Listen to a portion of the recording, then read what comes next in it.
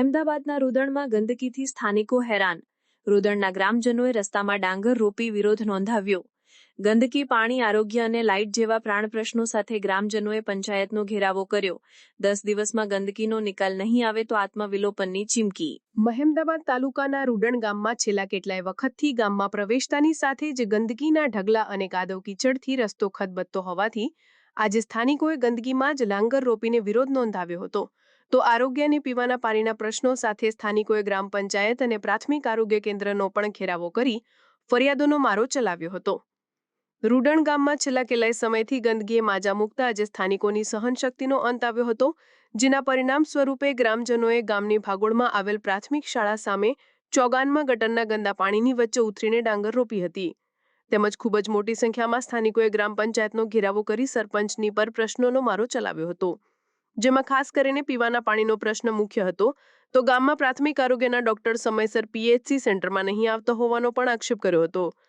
ગામમાં કેટલીય જગ્યાએ ગંદકી અને કચરાના ઢગલા પડેલા હોવાથી રોગચાળાનો ભય ગામમાં ફેલાયો છે. આ બાબતે સ્થાનિકોએ જણાવ્યું હતું કે ઘણા સમયથી ગંદકી હતી, જે બાબતે વારંવાર રજૂઆતો કરવા છતાં નિકાલ નહીં આવતા આજે અમે શ્રીફળ, ગોળ અને ધણા ધરાવીને ડાંગરની રોપણી કરવાનો વારો આવ્યો હતો.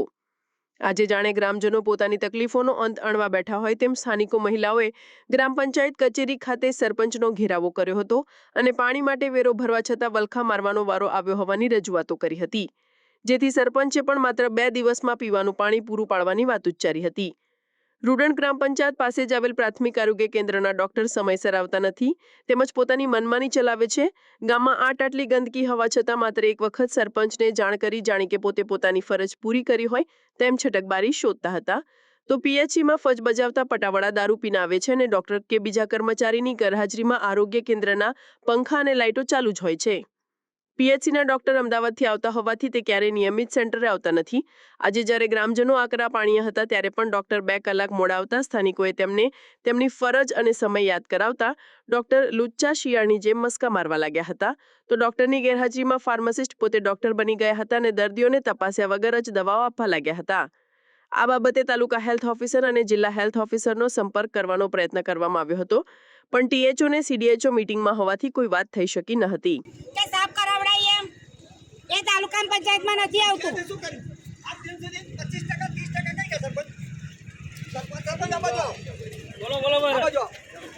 મારી 20% ગ્રાન્ટ છે, 100%માંથી 80% ગ્રાન્ટ પંચાયતને મળે છે.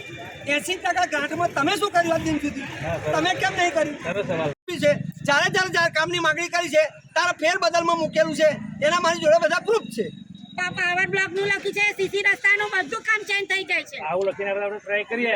નહીં, તમે સભ્ય છો, બરોબર? તમને આના માટે શું કર્યું તમે વ્યવસ્થા? મેં કેટલી બધી વખત તાલુકા પંચાયતમાં લખીને આપ્યું છે, લેખિત મારી પાસે પ્રૂફમાં છે. કોઈ મારી એક્શન લીધી નથી, કારણ કે હું કોંગ્રેસની છું. કોંગ્રેસની છું એટલે મારું કામ થતું જ નથી. ભાજપ વાળાનું કામ બધું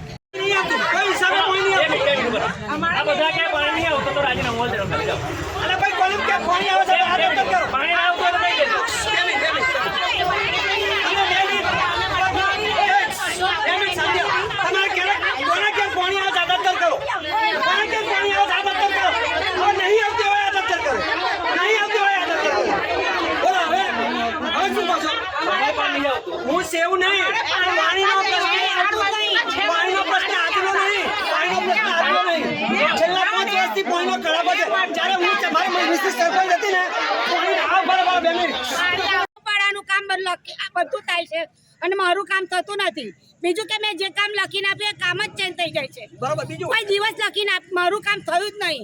બીજું તમે જેટલી વાર લખ્યા એના પ્રૂફ છે તમારી? હા, મારી પાસે છે. હા, છે. પ્રૂફ બધું રજૂ કરવા પડશે. ચોક્કસ. હા. બીજું તમે અત્યાર સુધીમાં જે કામ મૂક્યા તમે આજ દિન સુધી, એના કામ તમારા કયા કામ થયા? એક બી કામ થયા નથી. બીજું તમે જે કામ મૂક્યા છે એનો વિરોધ થયો છે કે નહીં? થયો છે, પૂરેપૂરો થયો છે. બીજું એના તમે જ્યારે બી કહ્યું કે ભાઈ આ વસ્તુ થયેલી છે અને મેં લખીને મોકલ્યું છે, મને યાદ છે કે કારણ કે મને બી કાગળ હું આપવા ગયેલો છું, 5 થી 7 વખત મેં આપ્યું છે. મારા કામ દર વખત બદલ્યા છે. કેમ બદલાયા છે? કે તમે કોંગ્રેસમાં છો અને અમે ભાજપમાં છે નહીં, અને એના કારણે અમારું કામ અટકે. આના વિશે સાહેબ મેં રજૂઆત મારા મિસિસ છે, ડેલિગેટ છે, એમને મેં વારંવાર રજૂઆત સામેથી એમની જોડે હું બી જાઉં છું. મેં તાલુકામાં 75 વખત રજૂઆત કરી છે. ગઈ સાલની તારીખમાં પ્રમુખશ્રીને અહીં રૂબરૂ લાયા હતા. પ્રમુખશ્રીએ જાતે ફોટા પાડેલા અને એમણે કહેલું કે 3 દિવસમાં કામ થઈ જશે. ત્યાર પછી મેં 5 લેટર પેડા મારા મોકલ્યા. આજ દિન સુધી એ કામ થયેલા નહીં. દર વખત કામમાં ફેર બદલી જ આવે છે. ડેલી જેટલી વખત જેટલી મિટિંગો થઈ, જેટલી મિટિંગોમાં અમે ગયેલા છે એ દરેક મિટિંગની અંદર મેં તપાસ કરી છે કે અમારું કામ જે હોય એ લખતા જ નહીં અને બીજું કામ મોકલી દેશે. કોઈના લાગ લગટમાં કોઈનું હોય એને કહી દે કે ભાઈ તારું કોઈ કામ હોત કે, એટલે એનું કામ લખી દે ને મારું કામ રહે. આના માટે મેં ભાગોળ માટે મારે અત્યારે કોઈ જરૂર નથી, પણ ગામમાં ગંદવેળો વધારે હતો. સરપંચશ્રીને મેં રજૂઆત 2-3 વખત કરી. પંચાયતમાં ભંડોળ છે નહીં, એના કારણે આ કામ અટકતું નહીં, અટકી જાય છે. બીજા નંબરમાં તાલુકામાં મેં રજૂઆત બહુ વખત કરેલી છે કે ભાઈ મને આટલું કામ કરી આપો, મારે ભાગોળ ચોખ્ખી કરવી છે. ગામના નાકમાં છે, બેસતા જ ગામવાળા પહેલું જ કે તમે સભ્ય કેવા, સરપંચો તમારા કેવા કે ગામમાં આટલો બધો ગંદવેળો થાય તો બોલતા નહીં. બીજા નંબરમાં પાઇપલાઇન લીકેજ છે. અત્યારે હાલની તારીખમાં પાણી ગામમાં જાઓ એકદમ ડોહરું આવે છે, પીવા લાયક છે નહીં. મારી એવી ગણતરી છે જો કદાચ ભૂલમાં બી આ લોકો પાણી પીશે ને તો દવાખાના બધા ઉભરાઈ જશે.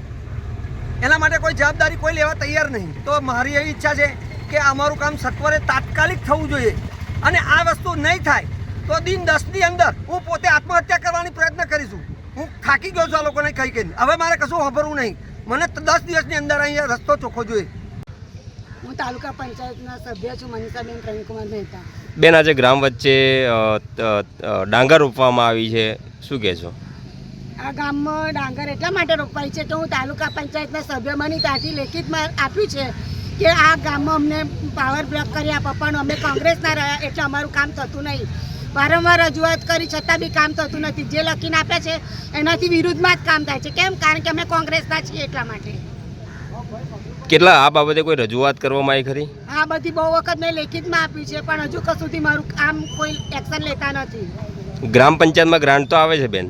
ગ્રામ પંચાયતમાં આવે છે, પણ એ તો અમને ગ્રામ પંચાયત વાળા અમને કશું જણાવતા જ નથી કે ગામમાં શું કરવાનું છે, શું થયું છે. અમને કશી જાણ બી નથી કરતા. ગ્રામ સભા હોય તો અમને તાલુકા પંચાયતના સદસ્ય તરીકે અમને જણાવતા બી નથી. તમારી માગણી શું છે બેન? અમારે ગામમાં એવી અમારી માગણી એવી છે કે ગામમાં ગંદકી ના થવી જોઈએ. એમાં અહીં હાઈસ્કૂલ પાસે આ છે, તો હાઈસ્કૂલમાં છોકરાઓ આવે તો બીમાર પડે તો જવાબદાર કોણ? ગામમાં કેટલા લોકો બીમાર છે બેન? હવે સર એ તો મેં તો બધું જોવા ના કહ્યું, પણ બધી પબ્લિક બરાબરની બીમાર, તાવ ને બીમાર જ છે.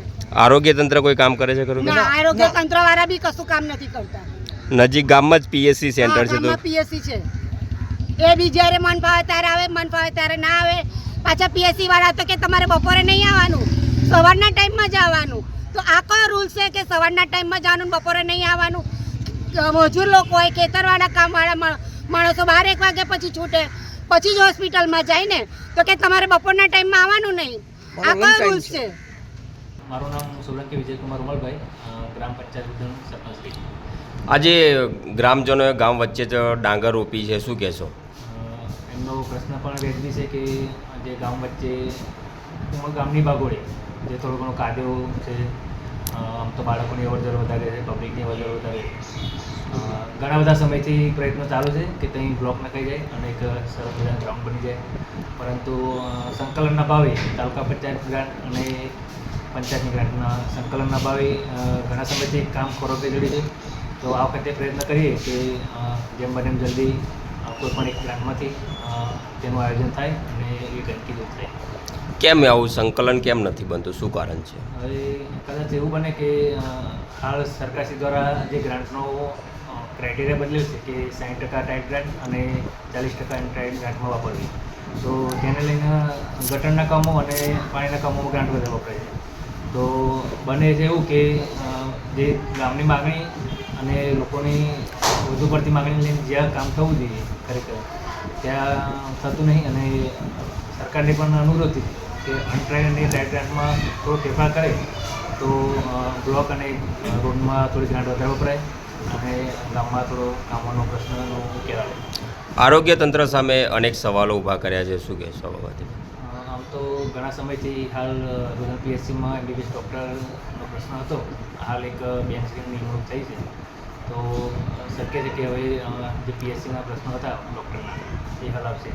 પણ છતાં પણ સરકારને અનુરોધ કે જે ટેમ્પરરી 6 મહિના 8 મહિના વર્ષ માટે જે એમબીબીએસ ડૉક્ટર મૂકે એના બદલે કાયમી ધોરણે એક ડૉક્ટરની નિમણૂક થાય અને રૂદણનો જે 10 ગામનો પ્રશ્ન હોય મેડિકલનો તો એ કાયમી ઉકેલ થાય.